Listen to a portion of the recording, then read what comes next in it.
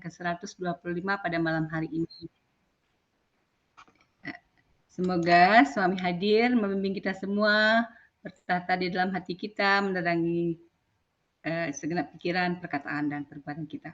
Bapak Ibu semuanya, seperti biasa kita ajak bersama-sama menyambut Profesor Suresh Guin yang selalu semangat membimbing kita semua. Jadi saya Prof. Saya Ram. Dengan limpah kurnia Bhagawan Baba, kita sekali lagi jumpa di Saya Rama. Saya Ram. Terima kasih. Nah, saya Prof. Hari ini kita masih rencana melanjutkan pembahasan tentang pesan-pesan Begawan yang disampaikan dalam Mahasiwaratri. Dan malam ini adalah tentang CIA, Constant Integrated Awareness. Tetapi sebelumnya seperti biasa, Prof, mungkin kita buka sesi kepada Bapak Ibu semuanya yang ada hal-hal yang ingin ditanyakan kepada Prof Suresh. Silakan. Atau saya yang bertanya, Prof Suresh? Ya. Prof dalam satu wacana pernah bilang bahwa ketika kita melakukan perjalanan spiritual, pada saat kita semakin menuju kepada ibaratnya mendaki gunung, kita harus siap bahwa semakin ke puncak makin sedikit yang akan sampai. Awal-awal mungkin banyak, tapi di puncak itu apakah memang selalu seperti itu, Prof? Selalu sedikit yang berminat untuk serius gitu? Ya, so kita lihat di dalam peperiksaan, bila persediaan untuk peperiksaan dan markah, orang yang mungkin dapat 50-60% ada lebih banyak orang. 70-80% mungkin kurang. 80-90 lagi kurang. 100 mungkin 1-2 saja. Jadi selalu macam itu. Ya, nak capai ke kemuncak, bukan semua orang boleh capai kemuncak. Sedikit sahaja, kurang sahaja yang boleh capai. Jadi yang penting sekali yang kita harus faham bahawa bukan semua orang boleh sampai.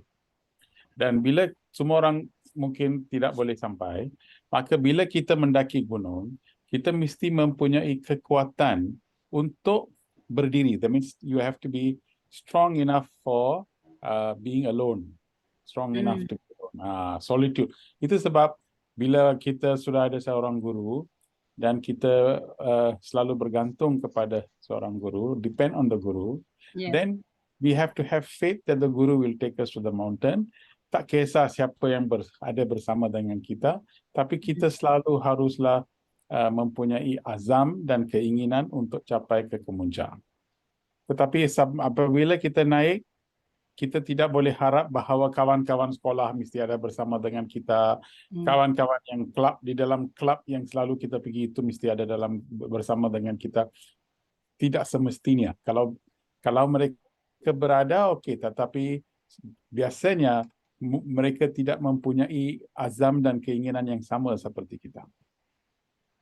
Kerana dunia akan memberikan banyak attraction, banyak kekuatan, daya penarikan sangat kuat untuk menarik diri daripada duniawi dan selalu tumpu perhatian kepada aspek-aspek spiritualisme,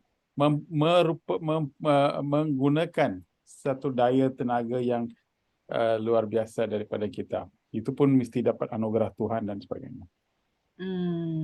Jadi itu adalah normal ya? Normal, very normal. Iya.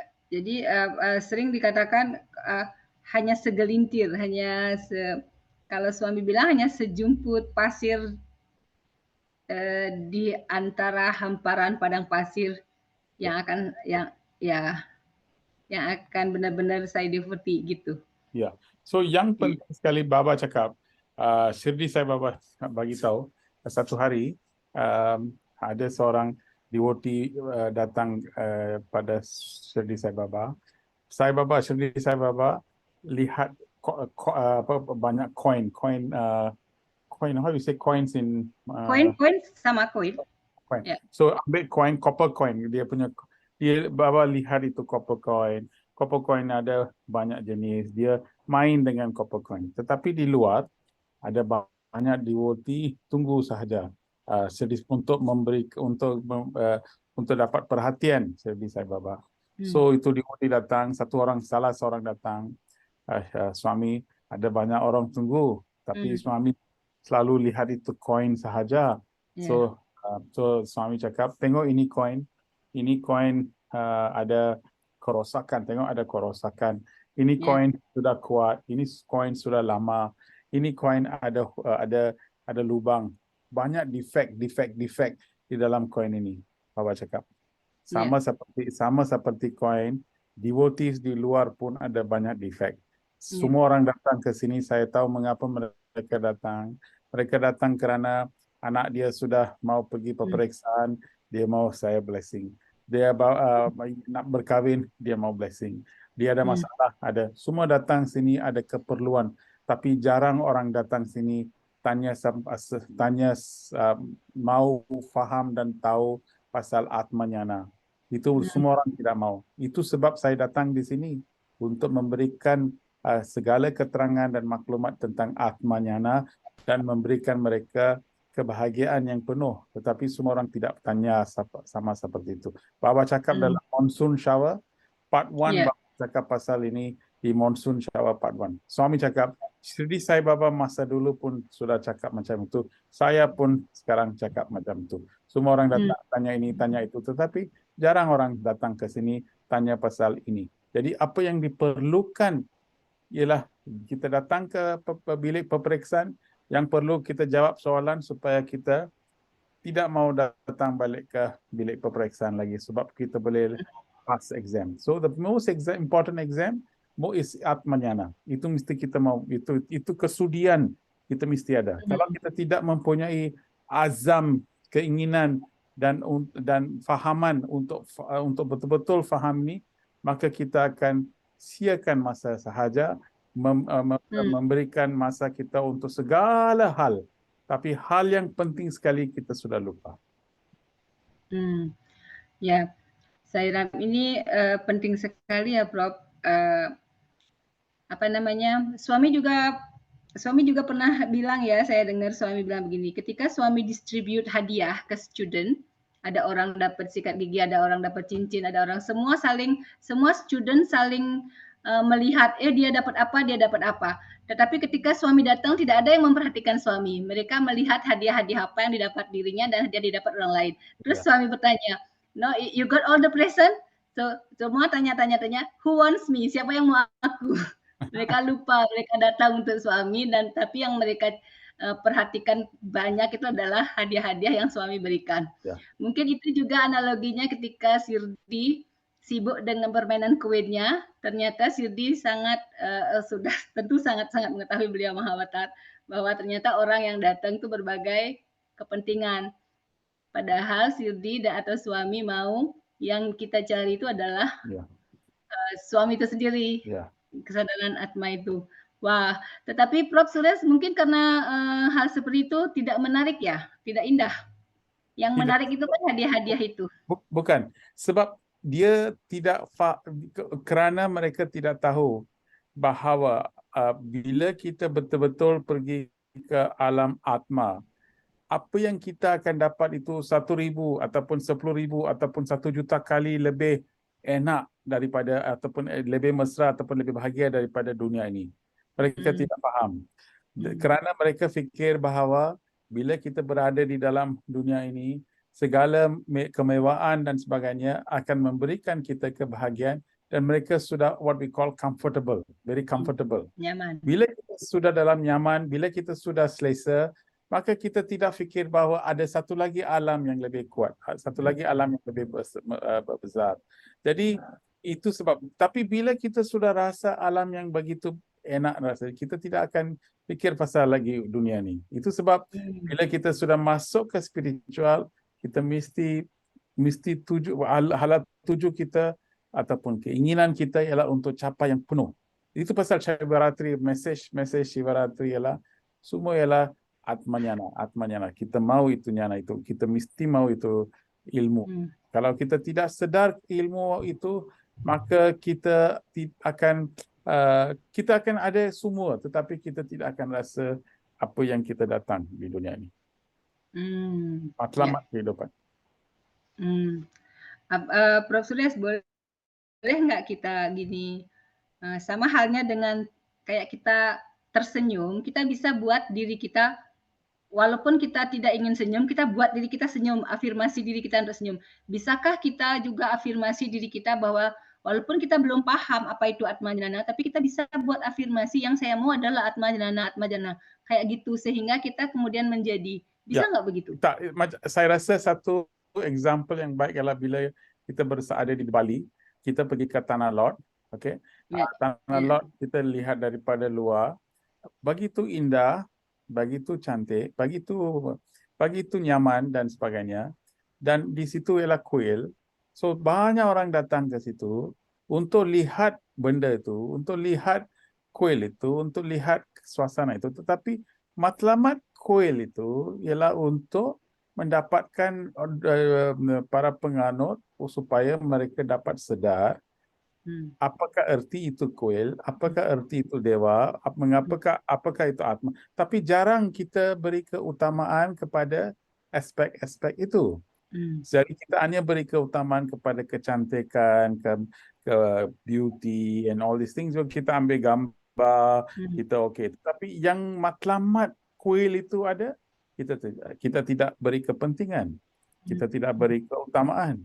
Jadi bila kita apa yang sebenarnya ada erti dan makna, tapi itu erti dan makna itu kita tidak rasa penuh. Kita beri kepentingan kepada benda lain. Sama seperti itu di dalam kehidupan, ya kita mesti ada college, kita mesti pergi belajar, kita mesti kahwin, kita mesti ada anak dan sebagainya. Tapi itu proses di dalam kehidupan sahaja.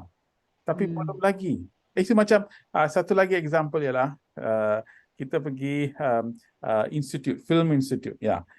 Bila di banyak Bombay, Chennai, semua tu ada film institute di mana kita belajar pasal film. So kita belajar pasal editing, kita pasal berlakon, sinematografi, location shooting, kita belajar pasal script writing, kita belajar pasal direction. So belajar 30 tahun, 40 tahun, 50 tahun kita belajar. Bagi Tuhan. Tapi yang penting sekali mengapa kita belajar semua ini ialah akhirnya kita harus produce a movie, kita harus direct a movie. Kita bukan saja buat movie, tapi itu movie mesti dapat Academy Award, dapat banyak.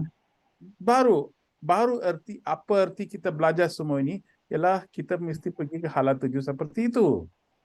Yang kita buat sekarang ini, kita pergi bhajan, sewa, study circle, kita buat. Tapi kita tidak faham bahawa semua aspek ini adalah untuk sesuatu yang lebih besar. Kita harus pergi ke halal tuju itu. Ini adalah intipati yang kita harus gunakan. Tapi intipati apa yang kita gunakan, apa yang kita mengalami dan penghayatan spiritual ini haruslah kita menterjemahkan kepada sesuatu yang lebih besar dan lebih mulia dan lebih erti. Baru kita boleh dapat faham dan sedar bahawa di dalam sistem kita ada atma dan kita harus matlamat kehidupan ialah untuk mengayati atma kita. Ini kesedaran mesti ada. Jadi kita belajar, mesti kita praktekkan agar kita mengalami langsung, ya Profesor. So sebenarnya bila kita yang soalan yang penting harus tanah laut cantik ini kuil. Bila kuil ini wujud tahun berapa? So kita pergi balik tanya pasal isteri dia. Okey, bila kita tanya sejarah. Siapa yang bina kuil ni? Okey, kita dapat. Mengapakah kuil itu dibina? Dan kita, itu ada satu dewi, satu dewa, okey. So bila kita pergi sejarah kita lihat bahawa ada satu erti dan makna kepada kuil itu, kepada tempat itu. Jadi bila kita sudah faham bahawa inilah tempat dia, maka inilah apa yang kita harus buat supaya kita pun boleh dapat rasa dan mengingat.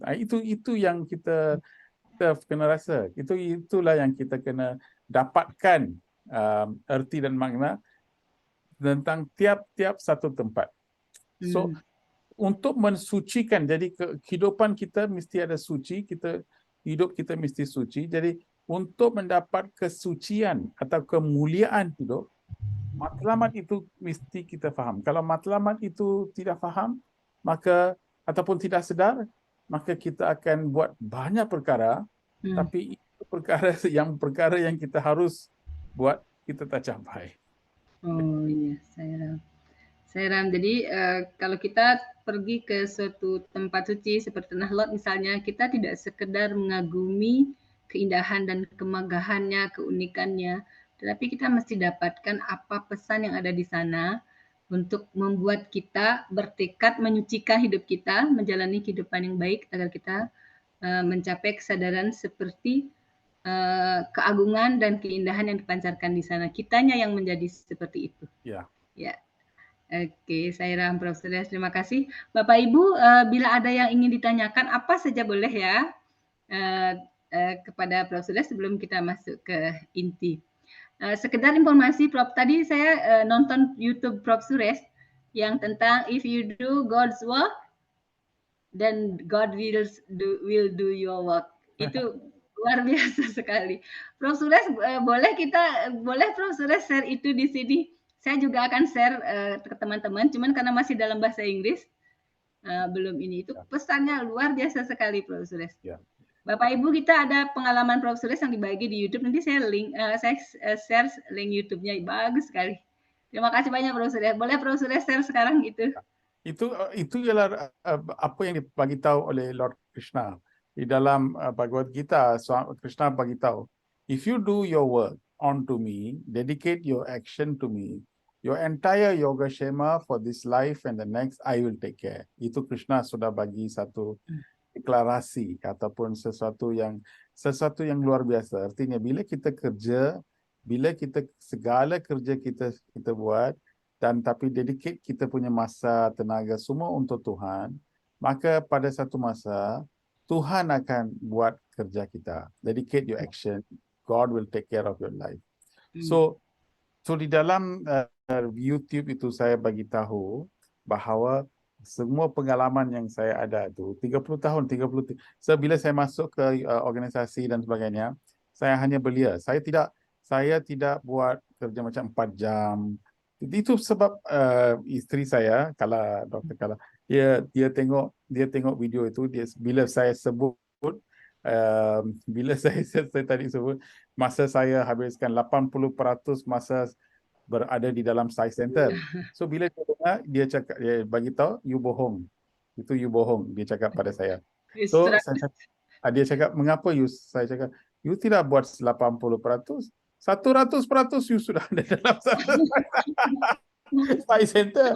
Mana 80%? Semua hidup untuk Sai Center. Semua saya buat dalam Sai Center. 80%, masa 100%, semua saya buat. Center ini, center macam tu. 30 tahun saya buat kerja itu seperti orang gila. Kerja sampai drama sampai pukul 2 pagi tahu. 2 pagi recording, balik ke rumah, dan terus pergi ke kerja, dan terus pergi rehearsal, terus macam tu berjam-jam, sehingga kan banyak orang datang ke rumah saya, beritahu kepada ibu bapa saya, oh mengapa dia macam ini, lain kali susah untuk kahwin, lain sekali susah orang bagi tahu sebab dia selalu pergi suami macam itu, dan kerja pun macam mana dia boleh hidup dalam dunia ini kalau dia tidak fikir pasal benda-benda seperti ini, macam dia banyak orang. Jadi bapa saya sangat risau, selalu cakap mengapa dia was afraid that saya akan menjadi macam tu. Tapi bila saya buat segala kerja dan selalu pergi dan sebagainya, saya dapat banyak idea-idea untuk research dan sebagainya. Di Malaysia, semua award saya telah menang. National Young Scientist Award, Malaysia Torrent Science Award, Japan Award. Segala award yang terbest sekali semua saya sudah menang. So, my student also will win. So, artinya bila kita buat kerja untuk suami, kita dapat yang kerja tidak. Bila kita buat kerja, kita faham bahawa ada satu kuasa yang saya fikir bahawa suami punya anugerah itu sangat kuat. Itu yang kita mesti ada, keyakinan bahawa memang suami akan jaga. Itu keyakinan yang saya ada. So sehingga kan banyak perkara yang kita buat ataupun saya buat di dalam saat-saat ataupun di dalam hospital pun kan saya bagi tahu bila isteri saya di dalam hospital ICU, masa itu ICU dan saya di luar hospital, masa itu saya sudah janji dengan New Zealand, New Zealand satu hari pertama New Zealand di mana mereka 30 orang leadership seminar. So saya duduk di luar ICU dan saya bagi satsang 1,5 jam kepada New Zealand. Saya tidak lupa itu. Dan kemudian hari Rabu di ICU juga Indonesia satsang datang dan subject matter masa subjek acceptance. So saya pun hairan Bhagawan. So bila saya beritahu kepada semua ini, saya sendiri mengalami satu keadaan di mana Baba mengajar saya untuk accept certain things. So artinya kita hidup di dalam dunia ini segalanya suami, semua suami. Akhirnya suamilah. Jadi inilah yang kita harus, orang yang anak-anak muda semua mesti faham bahawa inilah cara mau hidup di dalam dunia ini. Kalau kita yakinlah 100%. Itu tidak artinya bahawa kita abaikan kerja kita ataupun kita buat kerja, tapi kita juga jangan lupa kerja suami. Itu yang penting. Bahkan nomor 1 ya. Bapak Ibu nanti di grup saya akan link YouTube-nya. Baru pagi tadi saya dapetin ini tentang Prof. Suresh. Sebetulnya sudah sering saya dengar dulu ya, ketika kita sering Prof. Suresh kasih seminar di Jakarta itu sudah sering saya dengar. Tapi banyak pengalaman-pengalaman baru Prof. Suresh yang disampaikan itu luar biasa sekali, sangat menginspirasi.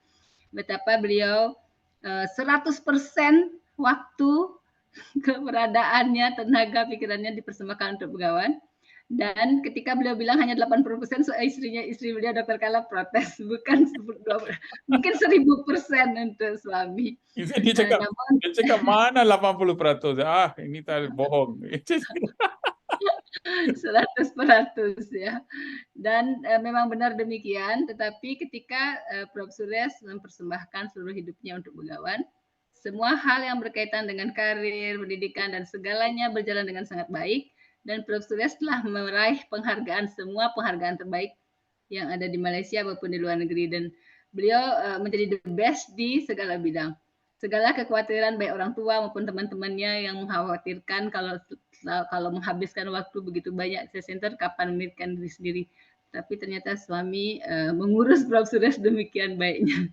Ya, tapi belum tentu sangat aneh ya, bahkan ketika istrinya masuk ICU pun Prof. Suresh masih bisa handle satsang sairama bersama kita, terus kemudian dengan New Zealand, bahkan pergi ke Sri Lanka, di mana pada saat itu kondisi sangat-sangat mengkhawatirkan gitu. Jadi Bapak Ibu nanti lebih lengkapnya nonton di YouTube-nya. Mudah-mudahan nanti kita sempat buat subtitlenya yang di bahasa Indonesia supaya lebih paham. Itu very inspiring talk ya. Ada satu masa bahawa bila saya di 2000 form permohonan untuk scholarship, Commonwealth Scholarship sudah keluar. Commonwealth Scholarship, kalau mereka bagi beasiswa scholarship Commonwealth, dia akan memberikan duit dan segalanya untuk tinggal di UK dengan universiti di UK untuk 1,5 tahun. Tetapi untuk dapatkan ini banyak susah, sebab daripada nomination mesti keluar daripada semua universiti di Malaysia. Kemudian mereka di Malaysia mereka akan pilih.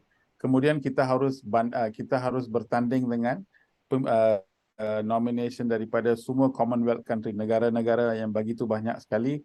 Dan kemudian akhirnya dari atas tu mereka pilihlah 10 ataupun 15 student untuk dapatkan beasiswa. Jadi saya lihat proses-proses pemilihan itu begitu banyak sekali, sehingga kan saya rasa tidak ada peluang bekas daripada berapa banyak proposal. So saya masukkan itu permohonan di dalam file dan saya tutupkan file itu dan saya sudah lupa. Satu hari saya ingat sudah 2-3 minggu selepas itu saya buka itu file.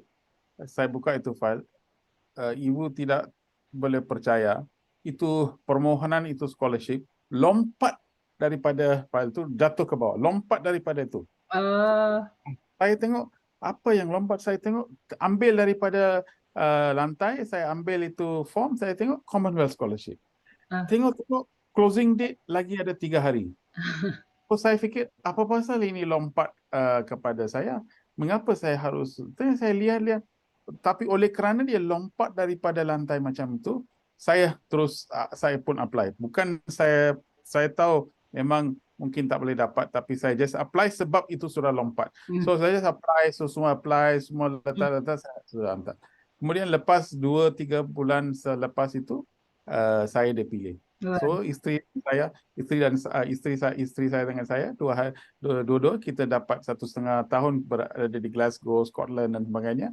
Tapi di masa itu satu UK saya pergi ke semua center untuk cakap pasal suami, dan juga kita lihat Interschool Human Value Drama Festival, banyak program yang kita buat tentang suami punya program. Tapi di dalam career saya pun sudah advance. So artinya bukan saya mau, itu bukan saya fikir pun, tapi itu tiba-tiba lompat itu file. Saya sampai hari ini pun saya hairan mengapa itu boleh berlaku. So artinya saya sudah dapat faham dan tahu, kalau you sudah letak di dalam tangan saya tahu mana you harus pergi, saya tahu mana you harus berada. So saya langsung jangan bimbang di dalam kehidupan kita harus datang ke satu kesimpulan bahawa nyawa saya, kehidupan saya bukan di dalam tangan saya. It's called total surrender. Just bagi kepada dia, bagi pada suami. Dan hidup di dalam kehidupan, di dalam our life, just be happy. Just be happy, just do and do. Macam itulah. Wah, ini luar biasa sekali, Sairaf. Itu Prof. Suresh betul-betul suami mempersiapkan, mengatur semuanya untuk Prof. Suresh ya. Tetapi memang Prof. Sureshnya sendiri totally surrender.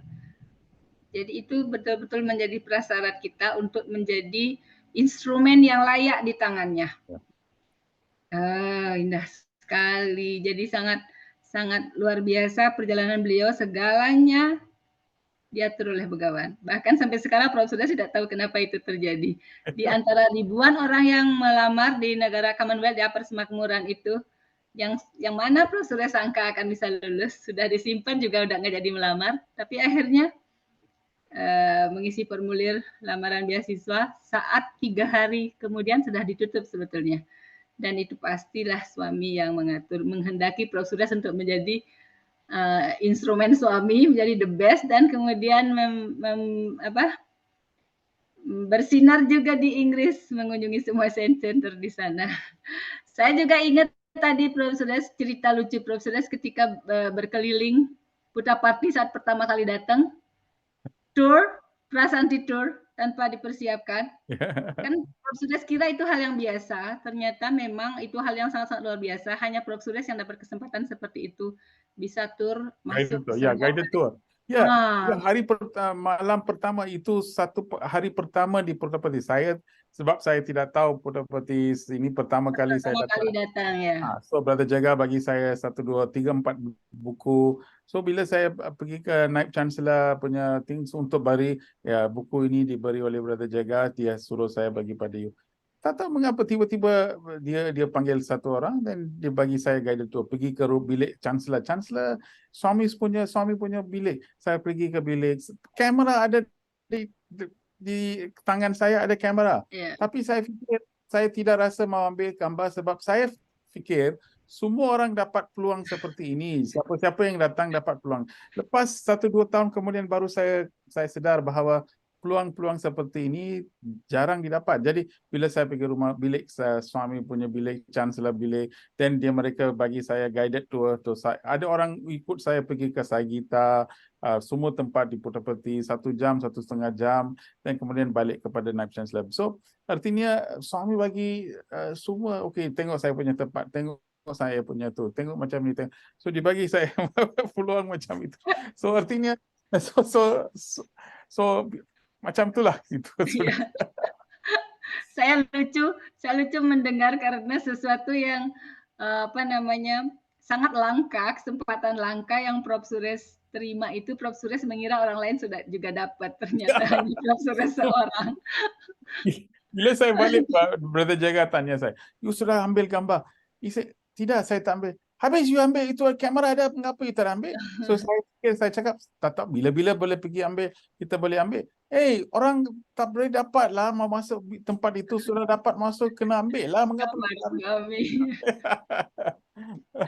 Luar biasa sekali. Saya Bapak Ibu lebih lengkapnya nanti di YouTube-nya ya. Tapi saya senang sekali Prof. Suresh sebagian bagi lagi ke kita pengalaman-pengalaman unik beliau. Sebagian karena video singkat ya. Wah, ini senang sekali. Semoga menginspirasi Bapak Ibu semuanya. Saya yakin menginspirasi sekali ya. Bagaimana Prof. Suresh juga bercerita tentang kenapa beliau terinspirasi untuk terlibat di Sai Center dan dedikasikan hidup beliau untuk Sai Center karena devotee, bukan karena suami pertamanya ya. Bagaimana para bakta memancarkan kasih sayang, memancarkan keikhlasan dalam bekerja, sewa, itu sangat menarik. Dan kalau saya, saya dan Prof. Sebenarnya saya tidak menarik kepada Sati Sai Baba pada dulu, pada permulaan, bukan kepada Baba. Tapi saya sangat menarik kepada devotee Sati Sai Baba. Cara dia cakap, cara dia hidup, cara dia buat sewa. Saya ikut mereka buat kerja itu, saya fikir mengapa dia harus buat kerja ini? Apa yang you dapat? So saya terlalu sangat terharu dengan devotee, mengapa dia committed, mengapa dia buat macam tu. So devotee yang menarik saya kepada Sati Sai Baba, bukan Sati Sai Baba, devotee. Jadi artinya bila hari pertama saya pergi ke Puttapati pun bukan saya ada macam guru saya mesti, tidak, saya tidak mempunyai macam tu. Sebab saya fikir Swamiji mesti ada janggut, rambut panjang. Ini saya punya itu. Saya tidak fikir bahawa suami mesti ada rambut yang afro. So itu bukan gambaran saya. Jadi hari pertama bila saya dapat, tetapi apabila sudah menarik dengan suami, maka the devotion and everything else started to grow. Tapi yang penting sekali, ahli, member of the organization, itu yang menarik, lebih menarik saya kepada bagaimana. Dan artinya di dalam kehidupan biasa, orang ramai akan menarik kepada Tuhan melalui devotion. That's why suami said, your life is my message. Wah. Jadi itu sudah sebelum suami bilang your life is my message, sudah seperti itu. Jadi saya devotee yang penting sekali, sebab daripada hidupan biasa semua orang buat sesuatu mesti dia buat kerana ada satu agenda. Dia mesti dapat duit dapat recognition. Tapi di Sati Sai Baba Center saya tengok banyak orang buat kerja dengan sukarela. Jadi konsep sukarela itu begitu baik sekali. Itulah yang menarik, yang kita buat sesuatu tanpa mau apa-apa. Itu adalah satu alam yang luar biasa daripada kita hidup di dalam duniawi ini. Banyak orang kerja semua tu hanya untuk nama dan sebagainya. Tapi di sini kita dapat semua. Wah, itu luar biasa. Dan satu lagi yang lucu, Prof. Suresh pertama kali datang ke Puttapati bilang apa? Ini namanya Satya Sai Baba. Nanti panggilnya Sai atau Baba atau Satya Sai Baba. Oh, saya panggil Sri Satya Sai Baba. Tiba-tiba Baba datang, suami, langsung sebut suami. Saya sudah buat keputusan. Saya tidak mau panggil Baba suami. Because semua orang panggil suami. Saya tidak. So, jadi bila Baba mau datang, ini kali pertama saya duduk dalam first row. So saya sudah rias banyak kali. Saya panggil nama dia saja, Sati Sai Baba. Saya akan panggil, tengok muka dia, saya akan panggil Sati Sai Baba, Sati Sai Baba. Macam itu. Saya sudah banyak kali rehearse, banyak kali Sati Sai Baba, Sati Sai Baba, Sati Sai Baba. Saya sudah banyak kali. Tapi bila Baba datang bersama depan saya, dia tengok muka saya tengok muka suami. Tiba saya mau cakap Sati Sai, tapi apa yang keluar daripada mulut suami? Suami ingin dipanggil, Prof. Suresh panggil suami ya. Ya. Sudah dilatih Satya Sai Baba, Sri Satya Sai Baba, Sri Satya Sai Baba. Suami yang keluar ya, suami saya. Lucu sekali. Wah, seru-seru. Nanti kita mungkin browpur, nanti bisa kita kasih subtitle ininya, video ini, Prof. Suresh. Sangat menyemangati, sangat inspiratif, luar biasa sekali. Terima kasih banyak Prof. Suresh. Nah, Bapak Ibu, Teman-teman, silakan ada apa yang mau ditanyakan. Nggak harus topiknya kita bahas ya. Kalau ada apa-apa yang ingin ditanyakan, dipersilakan. Khairam, Sister. Ya, Sairam bro. Khairam. Sairam. Tadi nyambung cerita pembukaan tadi. Kedengaran Yes. suara saya, Sister? Ya, kedengaran. Ini siapa okay. ya? Vijay, Sister. Oh iya, Pak Vijay, silakan. Sairam. Tadi menyambung cerita pembukaan yang sangat luar biasa menarik tadi. Kebetulan saya juga punya karma baik. Tadi malam sempat nonton juga video Profesor Suresh yang 40 menit. Luar biasa. Saya sangat terinspirasi sekali dan langsung saya share ke teman-teman juga videonya. Betul-betul sangat menarik. Walaupun mungkin kita banyak dapat juga cerita-cerita dari saya Rama. Saya sangat kagum pengalaman Prof. Suresh yang sangat luar biasa. Tadi kalau Sister bilang untuk sampai ke puncak seleksi beberapa orang saja, salah satunya yang sudah sampai ke puncak Profesor Suresh. Luar biasa, beliau benar-benar luar biasa. Itu panutan kita semua. Betul-betul itu blessing suami, grace suami luar biasa. Prof, yang ingin saya tanyakan, kita semua tentunya ingin seperti yang dilakukan Prof. Suresh. Semua orang mau dan banyak sekali pengalaman kita saya Bakta yang ingin lebih dekat lagi dengan suami. Tapi kadang-kadang ada beberapa juga yang sudah naik di puncak, naik di atas, tapi tidak tahu apa sebabnya, turun lagi, kembali lagi ke bawah, naik lagi, turun lagi. Nah, itu yang ingin saya tanyakan, Prof. Apakah ini juga di samping kerja yang Prof bilang tadi 100/100 tadi, apakah ada juga ini karma masa lalu, pengaruh dari karma masa lalu? Prof sampai di sana langsung disambut dengan luar biasa dari di Puttaparthi pertama kali kunjungan. Apakah ini juga ada karma lalu? Karena kita juga banyak baca pengalaman-pengalaman orang suci yang masih muda sudah bisa hafal Weda, bisa hafal Bhagavad Gita, umur 5 tahun sudah bisa hafal Weda.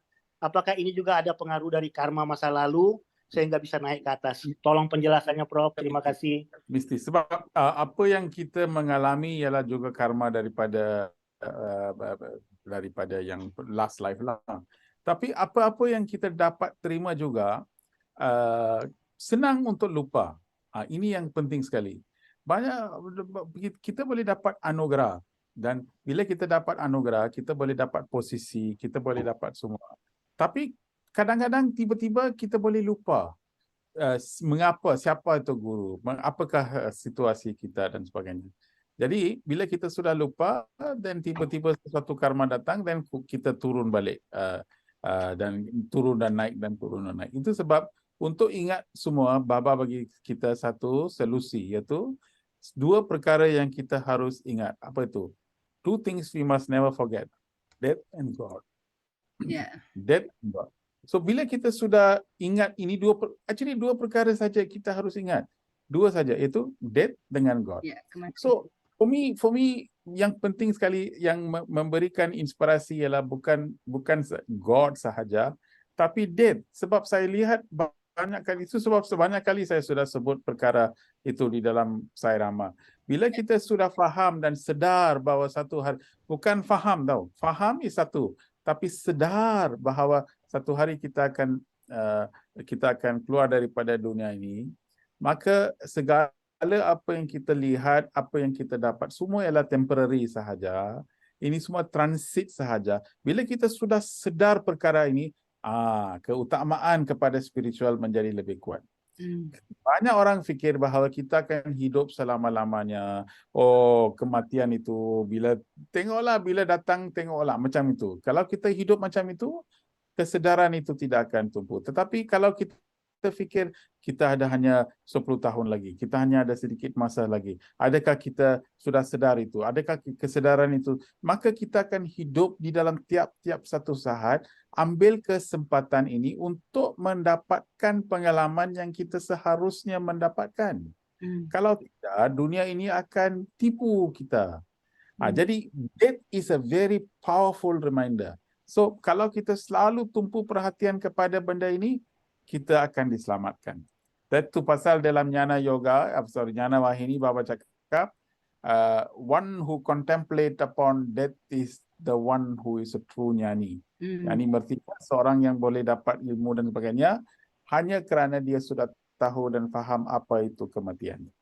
Bila kematian berlaku, apa sesuatu berlaku, maka bila kita keluar daripada dunia ini, kita boleh ada semua barang, award, family, anak-anak, semua kita. Tapi satu orang pun kita tak boleh ambil. Satu hadiah pun kita tidak boleh ambil. Jadi bila kita sudah faham itu, maka detachment starts to come. Bila detachment come, vairagya, which is what is called inner strength, conviction, keyakinan semua akan wujud. Dan dengan itu kita berani, kita boleh buat segala apanya sebab daripada keyakinan bahawa kita mau sampai itu sungai mesti sampai kepada laut. Itu dia punya matlamat, agenda yang besar. Kalau agenda yang besar itu sudah wujud, maka kita tidak payah fikir pasal benda-benda yang kecil itu. Okay, no problem, because kita ada satu yang sungai ini mesti mengalir kepada laut. Itu saja. Itu saja. Itu saja. Ya, jadi tetapkan tujuan yang jelas dan ingat pegang satu prinsip yang akan memandu kita, bahwa kita harus selalu ingat Tuhan dan selalu ingat kematian yang akan membawa kita selalu berada di koridor untuk sampai pada tujuan. Wah, terima kasih. Pak Wijay, terima kasih banyak. Terima kasih, Sis. Terima kasih, Prof. Sairam. Oke, teman-teman, Bapak Ibu silakan, ada yang mau tanya lagi, boleh? Sairam, Prof. Sairam, Blekal. Ya. Prof, saya baca di Saisat Carita, di mana Shirdi Baba juga sangat-sangat melarang atau sangat-sangat tidak suka dengan orang yang bergosip, ya, bicara buruk tentang orang lain di belakang. Dan begitu juga sekarang di Sri Satya Sai sampai masuk di 9 pedoman perilaku, ya, 9 Code of Conduct. Why? Kenapa itu sebegitu tidak bagus untuk perkembangan spiritual, Prof? Sebab bila kita gosip, artinya kita punya our mind is now focused on other people's weaknesses, kelemahan orang lain, kekurangan orang lain. Jadi minda kita sudah fokus kepada benda-benda yang lemah, benda-benda yang remeh. Jadi apakah tahap fikiran? Tahap fikiran pun menjadi rendah juga. Bila kita selalu cakap pasal orang lain, bukan orang lain akan jadi kurang, kita sendiri menjadi kurang. So bila frekuensi kita sudah kurang, maka kita punya daya, energy, all this will become wasted. So bila kita habiskan masa untuk cari pasal orang lain, cari kekurangan orang lain, maka kita akan hilang daya tenaga ini. So most important sekali untuk menyeberang kepada satu tahap yang lebih kuat, we must conserve the energy. Only kekuatan dalam diri kita dan dalam energy baru kita boleh cross. Tapi kalau energy sudah low, daya pikiran sudah lemah, kita tak boleh dapat menghayati atma, kita tak boleh pergi ke tempat atma. Seorang yang mempunyai pengalaman seperti atma, kita bila orang gosip pun kita tengok, just dengar, ya betul. Tapi tak boleh masuk dalam telinga, kita just itu macam itulah. Ya ke? Okey. Ya, tahu. Macam tak tahu. Macam itu saja. Jadi bukan kita macam, oh saya orang alim, saya Satya Sai Baba punya orang, saya tak ada gosip. Okey, jangan, bukan macam tu. Lebih baik orang cakap-cakap, you dengar tu, dengar. Ya. Kalau politik orang cakap politik, just dengar. Tapi tengok macam berapa diri kita boleh periksa berapa banyak masuk ke dalam telinga, berapa banyak yang keluar daripada itu, semua kita boleh analisa. Tapi kalau kita di dalam segalanya kita dengar dan satu pun tidak faham, artinya kita pure. Our purity is because you can hear anything. Apa dia cakap tak tahu. So benda yang baik kita boleh dengar, tapi kita boleh ingat. Tapi benda yang kurang tu, okay, tak tahu ya ke. Macam tu ke. So I don't know, I'm sorry. Habis. Inilah cara kita harus buat kerana kita mau preserve. We have to preserve our energy. Do not dissipate it like that. Okay. Tapi orang suka kepada gosip. Kerana bila you cakap pasal gosip, 5-6 orang itu, 7-8 orang itu juga akan masuk ke. Jadi bila kita cakap lemah, kita cakap kurang pasal orang semua tu, maka kita pun akan rasa baiklah sebab semua orang boleh faham macam tu. Jadi Prof, kita nggak ada tapi ya. Misalkan gini, suami bilang kita tidak boleh membicarakan keburukan orang lain. Tapi nggak boleh ada tapinya. Harus ikutin itu aja ya. Tapi di dalam kehidupan kita mesti cakap macam tu. Orang telefon pada saya, dia cakap macam tu, macam mana? Kita tak boleh. Tapi okay, so kalau saya bagi tahu. Ini sebab kita ada tenaga. Assuming lah kalau kita mempunyai kanser, dan doktor sudah bagi tahu 2 bulan lagi kita akan mungkin tak ada harapan, kita hidup, darah keluar, kita hidup. So bila masa itu orang gosip, kita tidak akan peduli. Kita cakap kita tidak pedulikan apa, sebab kita sudah mau mati, kita mau meninggal. Jadi kita tidak kisah ini apa orang, kita tak beri keutamaan kepada segala apa yang berlaku kerana masa itu kita mau meninggal.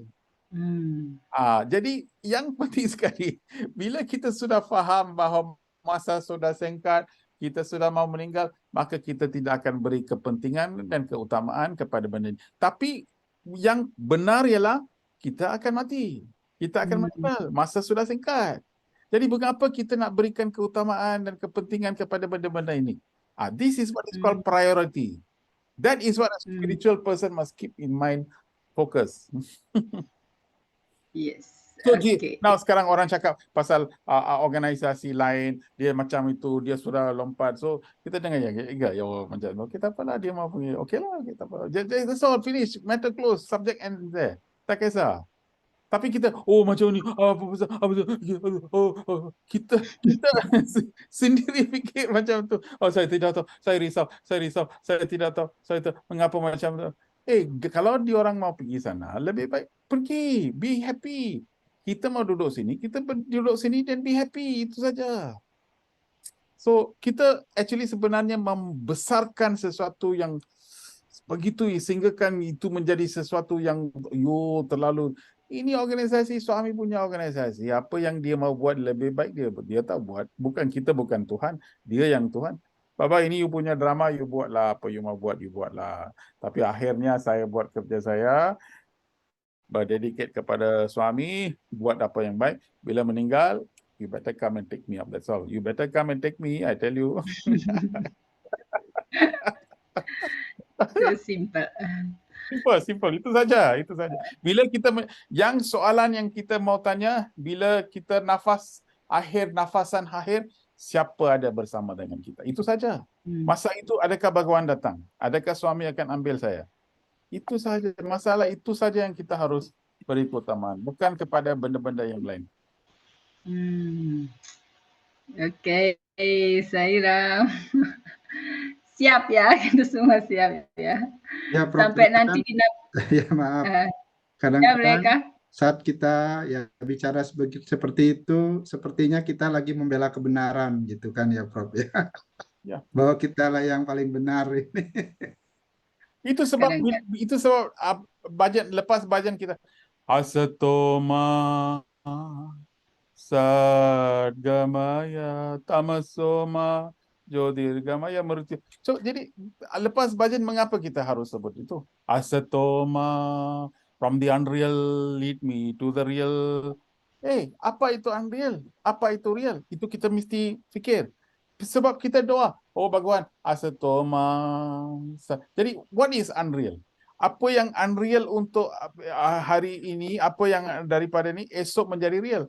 Tapi esok punya real akan menjadi unreal. Kerana kesedaran kita menjadi lebih tinggi dan lebih tinggi. Dari tiap-tiap kali kita sebut, ini adalah daripada kebenaran yang kecil ini, kita nak pergi ke kebenaran yang lebih besar. Kebenaran yang lebih besar, kita harus pergi ke kebenaran yang muncak. Jadi artinya tiap-tiap kali kita harus meningkatkan kesedaran kepada akhirnya kita menjadi real. Asatoma Sadgamaya, kita menjadi real. Bila kita menjadi real, apakah yang kita boleh rasa? Murtyoma amardam. Kita boleh rasa nektar. Semua menjadi manis. Menjadi immortal. Jadi inilah perjalanan kita. Itu mantra yang akhir sekali memberikan kita apakah perjalanan kita. Wah, mantap Prof. Sures. Oke, terima kasih banyak Prof. Ya. Apa namanya, semangat ya Bapak Ibu semuanya, kita semua dimotivasi oleh Prof. Sures. Jadi Bleka terima kasih. Ada lagi kah atau Bapak Ibu semuanya? Siapa yang mau sharing, bertanya, boleh? Silakan. Ya, oke. Bila tidak ada, Di sini tak ada. kita Di sini tidak ada belia ke? No young people lah. ada youth kah? Youth ada, Lingga ada. Lingga tak ada, Prof. Rugiri. Oke. Dan Prof. Rugiri youth. Ya, nggak tahu. Tadi terinspirasi sekali kalau kita harus totality meluangkan waktu, bahkan kata istrinya Profesor Sures itu 100% untuk begawan kan itu ya. Tapi terlebih saat ini ya Prof ya, saat ini di Indonesia, mungkin juga di Malaysia saya nggak tahu, kita lihat jumlah para bakta itu agak menurun lah ya Prof ya, tidak seperti sebelum COVID kemarin seperti itu. Nah, karena kalau kita perhatikan, salah satu indikasi kalau mereka itu punya waktu untuk organisasi atau kegiatan-kegiatan SAI itu adalah salah satunya adalah memiliki waktu untuk datang ke SAI Center gitu ya Prof ya. Nah, saat ini kita lihat atau saya perhatikan juga seperti itu, sepertinya kok gerusan duniawi ini tuh lebih besar ya Prof ya, dan kadang ada 1000 alasan untuk misalkan ada acara sewa, acara donor darah, atau acara bajan bahkan seperti itu, ada rasa malas seperti itu. Mungkin juga seperti kegiatan sehari-hari seperti suprabatan dan sebagainya juga, kadang-kadang meditasi dan sebagainya juga ada mengalami kemalasan ya begitu Prof. Nah itu kira-kira gimana ya kalau Profesor Sures bisa totality seperti ini itu, di samping yang tadi dibilang ingat Tuhan, ingat kematian, nah, ada lagi nggak Prof? Biar istilahnya Ya. Tambah ini lagi ya, up lagi itu. Thank you Prof. Thank you. Di dalam masyarakat ada banyak orang yang ada kesadaran mereka mesti berada di dalam tahap yang berbeza. Mesti ada yang lemah, yang kurang.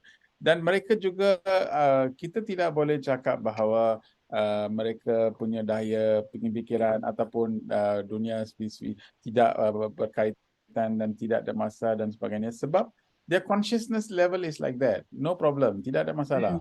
Yang penting sekali, kita tidak fikir pasal mereka. Yang kita fikirkan ialah kepada orang-orang yang berada di sini, iaitu di 32 orang yang berada di sini. Apakah cara kita hidup di dalam? Kita tidak fikir, kita tidak mau fikir pasal orang lain. Bila kita 32 orang ni, bolehkah hari-hari kita, azam kita kuat? Bolehkah kita punya sumbangan yang lebih banyak? Bolehkah kita uruskan kehidupan kita dengan lebih tahap lagi? Itu sahaja. Sebab bila kita buat kerja kita dengan begitu baik dan sumbang yang lebih banyak lagi, orang akan lihat kita dan mereka juga akan mendapat inspirasi daripada kehidupan kita. Itu saja. Yang penting sekali, adakah kita buat seperti itu? Itulah soalan yang kita mesti tanya. Dan mereka yang akan datang ke center mula-mula malas, tapi dia tengok kita selalu pergi. Jadi mereka akan dapat inspirasi daripada kehidupan kita. So, wah, you begitu sibuk, begitu itu sampai you boleh dapat pergi hari-hari, saya pun mau pergi. Macam tu, dia akan fikir macam tu. So, kita haruslah menjadi satu lambang yang baik, satu model yang baik supaya orang ramai akan ikut kita. Inilah cara apa yang suami sendiri datang, bukan suami hantar orang lain. Tuhan sendiri datang sebagai guru untuk mengaktifkan kita. Mengapa dia tidak hantar kepada itu? Sebab dia tahu bahawa semua orang di dalam different level. Dari datang memberikan ajaran, memberikan gambaran, memberikan dorongan, cerita, menyanyi dan sebagainya supaya kita boleh dapat bersama-sama, kita boleh jalan balik kepada asal usul kita. Inilah tanggungjawab kita sebagai seorang devotee. Tanggungjawab, duty. Our duty is that. Ya. Jadi bagaimana kitanya ya, kita fokus pada transformasi di diri kita aja. Saya langsung tidak tanya why you not inspired right now. My question is, am I inspired? Itu saja. Yeah. Am I inspired? Am I willing to do? Can I contribute? Itu saja. Satsang yang kita mula 1 bulan 1 kali, kita tidak buat macam tu. Sekarang 3 tahun kita bersama-sama, minggu-minggu kita buat. Mengapa kita nak buat macam tu? Sebab kita mesti ada fahaman yang dalam dan kita mesti dapat pengalaman dan sebagainya. Jadi ini memberikan inspirasi. Saya tidak perlu lihat orang lain, adakah mereka buat seperti itu, adakah mereka ini buat seperti ini. Tidak. Saya tidak bandingkan kepada orang lain. Yang perlulah, adakah kita boleh buat? Bolehkah kita sumbang? Itu saja. Jadi bila kita buat macam itu, ada orang yang ikut, ada orang yang tak ikut. Yang ikut dapat.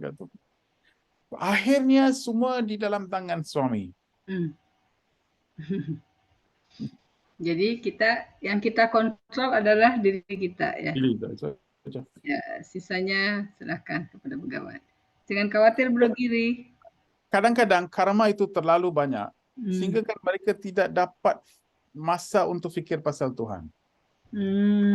Itu pun kita mesti fikir. Kerana untuk fikir pasal Tuhan dan untuk sumbang kepada semua ini, kita juga mesti ada karma yang baik. Tapi kadang-kadang karma itu memberikan mereka tumpu perhatian kepada dunia. Jadi di dalam satu kurungan, di dalam macam jail, you are inside a jail. Jadi bilakah kita boleh berlepas daripada jail kita, karungan kita? Itulah liberation, mukti. Jadi kalau kita sudah dapat peluang untuk sumbang, untuk tolong, untuk memberikan satu sumbangan yang kecil kepada suami, ini merupakan anugerah yang suami bagi pada kita. Kita mesti ambil kesempatan untuk bawa kehidupan kita so that the river can merge with the ocean. The river merge to the ocean. Ini background saya jembatan, Prof. Jembatan menyeberang, membawa saya menyeberangi lautan samsara. Nah, demikian ya Bro Giri, Bapak Ibu yang lain. Ini sepertinya topik kita nggak jadi keluar nih, Prof. Kita bahas satu yang lagi ada 15 menit. Ya, kita masih ada 15 menit. Kalau ada lagi yang ingin ditanyakan Bapak Ibu, Mbak Sairam, silakan. Kita ini sangat nyaman ya ngobrolnya, sangat dalam, sangat penting walaupun kita tidak konsepkan, tidak desain khusus ya. Mungkin kita boleh bincang tentang sekarang daripada pukul 8:30 sampai sekarang, bila kita sudah bincang banyak perkara, apakah kesimpulan yang kita dapat?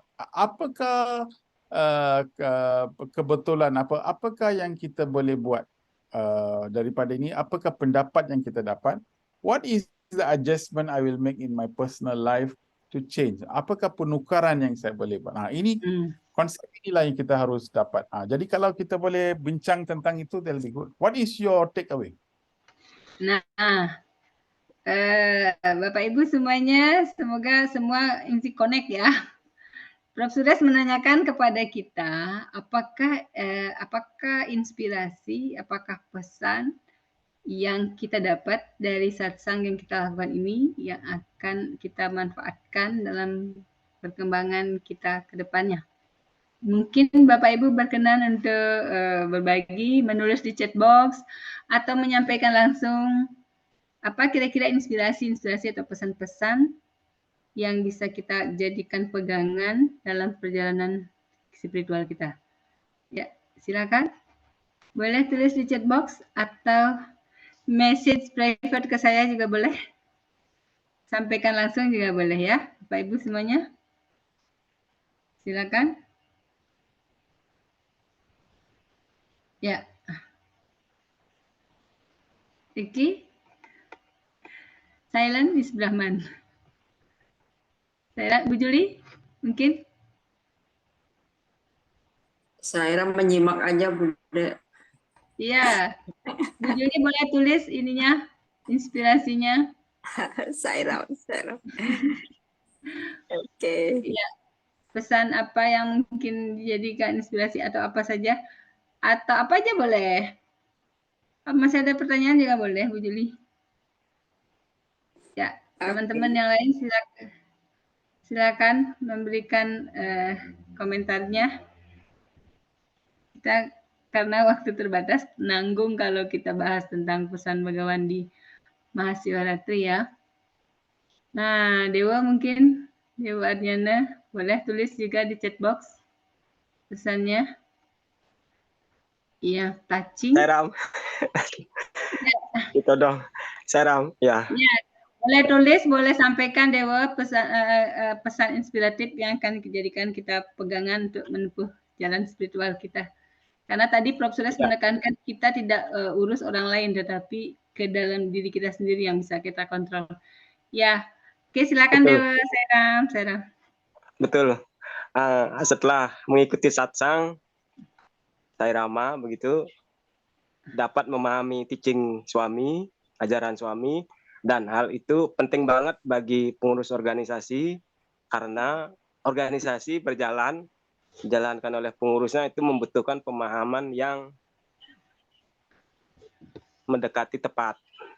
Sehingga dengan demikian, dengan pemahaman yang tepat, pengurusan organisasi yang tepat, akan memungkinkan roda organisasi berjalan sesuai kehendak suami. Karena sejatinya kan ajaran suami diturunkan melalui organisasinya. Oleh karena itu, pemahaman seperti ini sangat penting bagi pengurus organisasi. Saya makasih Dewa siap ditodong. Ya, kalau Dewa menganggap ini sangat-sangat penting ya, kita harus memahami pesan-pesan suami apalagi sebagai pengurus organisasi yang akan membawa organisasi ini mencapai tujuan seperti yang suami harapkan. Nah, kalau dari chat box saya bisa baca nih. Nah, fokus pada perkembangan spiritual kita sendiri, jangan habiskan waktu untuk melihat kelemahan orang lain. Kalau Blisadi mengurangi bergosip setelah dapat penjelasan dari Prof. Suresh. Tapi Blisadi emang nggak pernah bergosip kan orangnya. Tipikal dari sananya udah nggak pernah gosip. Terus Dewa Narayana. Bapak Ibu yang lain juga tolong ya share. Berapa penting untuk mendapat sebuah pencerahan atau peningkatan sadar dari perjalanan spiritual.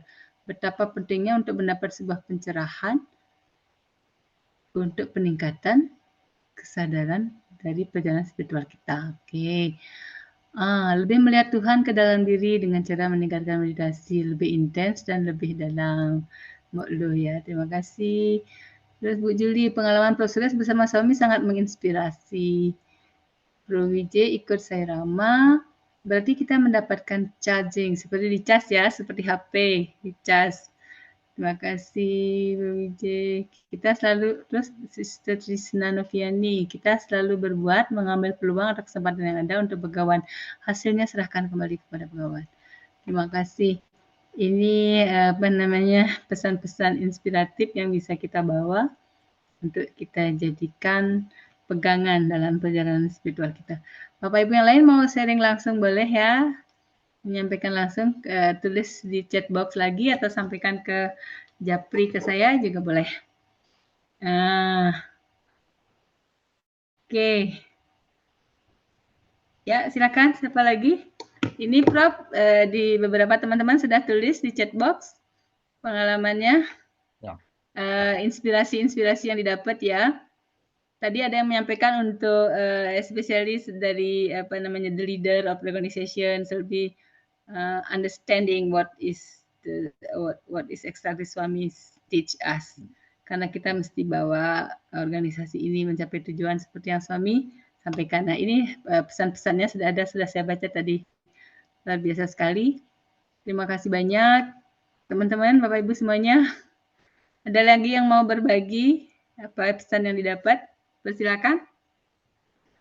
Oke. Nah, demikian Prof. Sudah, kita waktunya sedikit ya untuk bahas pesan yang khusus ya, CIA ya. Nah, saya mau sampaikan satu pesan lagi yang touching yang di YouTube-nya Prof. Suresh, yang di ending-nya tentang bagaimana kita menghadapi kesulitan ini. Jadi jangan komplain kepada begawan tentang masalah yang kita hadapi, tapi katakan kepada masalah itu bahwa kita punya begawan. Don't tell suami that we have a problem, but tell the problem that we have suami. Itu pesan. Kalau saya itu pesan yang saya dapat, yang ingin saya bagi share juga ke teman-teman. Jadi jangan pernah kita merasa kecil, kita punya suami. Jadi semua masalah bisa kita atasi, kita punya suami. Dan jangan kemudian lapor ke suami terus kita punya masalah. Katakan kepada masalah kita punya suami. Mungkin Prof. Suresh mau jelasin tentang itu lagi dari pengalaman Prof. Suresh. Sebagai seorang pengikut Sati Sai Baba ataupun kita punya guru, yang penting sekali kita datang ke dunia ini untuk memberikan solusi kepada dunia. Kita tidak harus menjadi problem kepada dunia. So, every problem kita ada tu, kita mesti dapat penjelasan ataupun kita mesti faham bahawa kita mesti cari cara bagaimana kita menghadapi masalah itu mesti berlainan. We cannot be afford to be sad, depressed, hurt, affected, injured. Kita tidak boleh macam tu, macam orang biasa. So, bila kita sudah ada Tuhan di dalam hati kita, kita punya pendekatan kepada masalah itu mesti berlainan. Kita cara persepsi kepada masalah itu mesti berlainan. So, masalah itu atau problem itu ialah memberikan kita satu cabaran untuk mengenal diri kita sahaja. Jadi ada kelemahan, tetapi kelemahan itu kita tidak sedar, maka masalah itu datang kepada pintu kita, ketuk kepada pintu kita supaya kita boleh dapat lihat apakah kelemahan kita. Bukan masalah itu problem. Masalah ialah kita ada kelemahan tapi kita belum tahu lagi. Jadi masalah datang ke rumah kita, beritahu kepada kita, you ada problem. Better look after. Macam cough. Bila kita ada cough, apa pasal ini berlaku? Sebab kita tak pergi ke doktor. Apa pasal? Kerana paru-paru kita sudah tidak ada masalah. Paru-paru bagi tahu kepada kita, tolonglah pergi ke doktor. Tapi kita tidak mau dengar paru-paru itu, jadi maka kita so dengan gangguan ini kita pergi ke doktor untuk mendapatkan ubat supaya paru-paru menjadi okey. So masalah itu ialah memberikan kita maklumat, information. The problem is giving us information. So kita mesti ada resepsi untuk menerima solusi ini supaya kita boleh dapat mengatasi masalah dengan tukar persepsi kita, tukar pendekatan kita untuk ini supaya segala masalah kita ini dapat diatasi. Jadi masalah datang untuk mengingatkan kita ya. Mengingatkan kita. Dan mengubah kita. Ya, itu saja. Kita marah. Sekarang ada seseorang, kita marah. Okey, marah itu tidak baik. Jadi kemarahan itu mengapa saya jadi? Jadi saya mesti buat analisa. Mengapakah saya jadi marah? Okey, marah itu sebab dia tidak buat apa yang saya suruh. Okey. So you marah kerana dia tidak buat. So artinya kita ada expectation. So soalan saya ialah, why you have expectation? Who are you to have expectation? See, I tukar saya punya itu, sebab itulah saya jadi marah. So, marah itu memberikan emotional signal untuk menukarkan kita punya fikiran kepada satu tahap yang lebih mulia. Jadi, ini level saya masih di sini. Ini berarti harus diperbaiki. Jadi gitu ya, Prof. Suresh ya.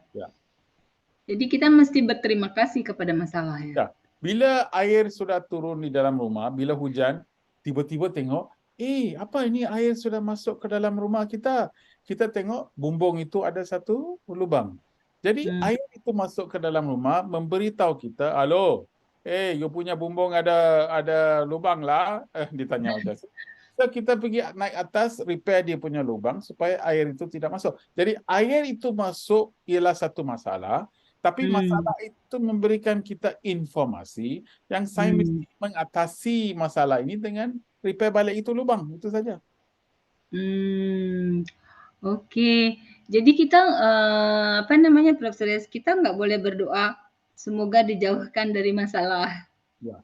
Karena kalau kita jauh dari masalah, kita nggak tahu level diri kita dong. Ya, kita mesti doa bahwa Tuhan berilah segala kekuatan kepada saya untuk mengatasi masalah saya. Itu berilah saya kebijaksanaan yang baik supaya saya boleh mengatasi masalah saya. Macam tu. Karena pasti Tuhan kasih kita masalah untuk kita naik kelas ya, Prof ya. Tidak mungkin dikasih mulus ya. Ya, itu satu. Tapi yang penting sekali, Tuhan tidak beri saya masalah.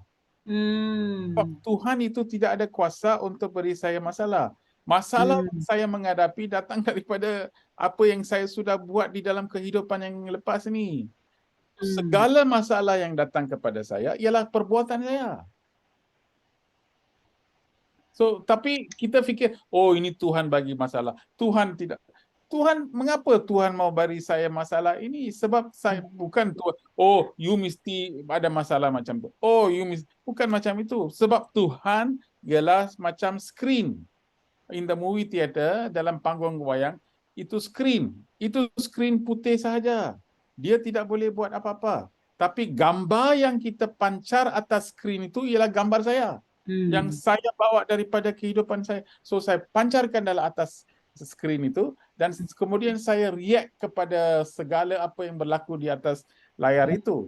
Tapi yang penting sekali, saya sudah faham dan tahu bahwa tanpa layar ini movie pun tidak dapat dilihat.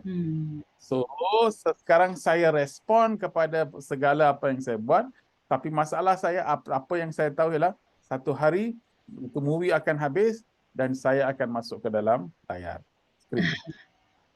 Itu saja. So sekarang segala yang saya dapat, segala masalah yang saya datang ialah seperti ini. Ada seorang student saya, master PhD student. Satu hari dia datang, dia menangis kepada saya. Dia datang, dia cakap adik saya yang adik kecil sudah kahwin, tapi saya tua, saya yang di rumah saya lah yang anak sulung. Tapi saya belum kahwin lagi.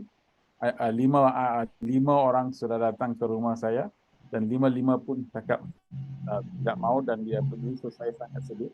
So saya tengok ada itu student datang, dia cakap, adakah saya macam ini? Mengapa? So saya tengok bukan, you tidak, you cantik, you nampak semua okay, everything is okay. So apa pasal ini boleh berlaku kepada saya? So dia betul-betul menangis. Seorang bijak, PhD student. So saya buat banyak kali di dalam universiti atau mana-mana pun banyak orang datang masalah, problem dan sebagainya. So saya bagi tahu pada dia, mengapakah 5 orang datang dan bagi tahu pada you saya tidak mau? Mengapa? Sebab dulu bila di dalam previous life you sudah tolak 5 orang lagi. So 5 orang itu akan datang balik and bagi tahu saya tak mau. Jadi you feel hurt, you feel disturbed, you feel you created it. It's not God created. So dia macam itu. So jadi apakah saya harus buat? So saya cakap pada dia pagi-pagi, petang, malam 3 kali, 9 kali. I said, I'm sorry, please forgive me, I love you and thank you. So doalah kepada dunia, doalah kepada ini. I'm sorry, saya minta maaflah kepada siapa-apa perbuatan yang saya dulu sudah buat, saya minta maaf. I'm sorry. Please forgive me. Dan saya minta maaf. I love you. Love you means love everybody. Love all. Then thank you. Terima kasihlah kerana saya. So you mesti rasa macam ini dan selalu sebutkan perkara seperti ini. So dia buat pagi 9 kali, tengah hari 9 kali, malam 9 kali dia sebut. 4 minggu selepas itu tiba-tiba dia datang ke bilik saya. dia cakap mereka sudah jumpa itu lelaki, sudah sekarang dia sudah kahwin dan dapat 2 anak juga sekarang. So artinya segala masalah kita ialah kita yang buat, bukan orang lain. Mengapa saya selalu di dalam selalu diperlu wang, selalu kena perlu duit, mengapakah saya selalu dalam keadaan miskin? Okey, itu soalan ialah saya mesti tanya, mengapa saya berada di dalam kemiskinan? Saya mesti tanya. So ini bukan jangan fikir bahawa ini sudah hakikat saya, ini bukan macam tu. Jadi kita doa, kita betulkan persepsi kita betulkan kehidupan kita dengan tukar kita punya minda. Oh Bahawan, ini segala masalah saya ialah kerana saya sudah, jadi saya sekarang doa. Saya minta maaf kerana di dalam dunia ini sebelum ini saya minta maaf. I ask for forgiveness. I pray. I meningkatkan lagi kesejahteraan, kebahagiaan saya. Yes, dengan ini kita akan tukar dunia kita. Wah, tips yang luar biasa ya, Sairam. Tapi Sati saya Baba, oleh kerana dia sudah bagi banyak ajaran, kita gunakan ajaran-ajaran suami dengan keyakinan apa yang diberikan oleh Bhagawan dan tukar cara kita fikir, tukar persepsi kita. Maka bila kita sudah tukar macam ini, bahawa kita akan keluar daripada segala masalah yang kita. Wah. Nah, ini bekal kita 2 minggu ke depan ya. Tukar cara kita pikir, tukar cara pandang kita akan melihat persoalan itu sebagai anugerah.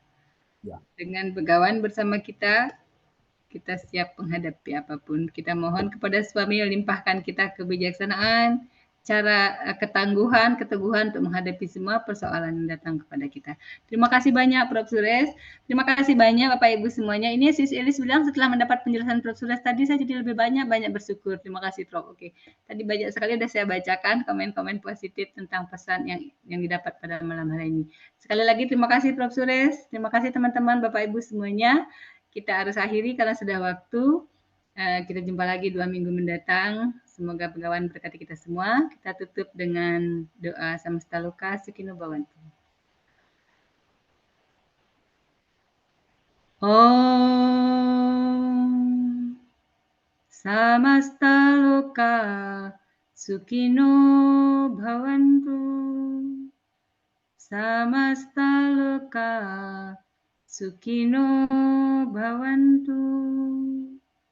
Samasta Loka Sukino Bhavantu. Om Santi, Santi, Santi. Jai Sairam. Terima kasih Prof. Suresh. Sairam, Sairam.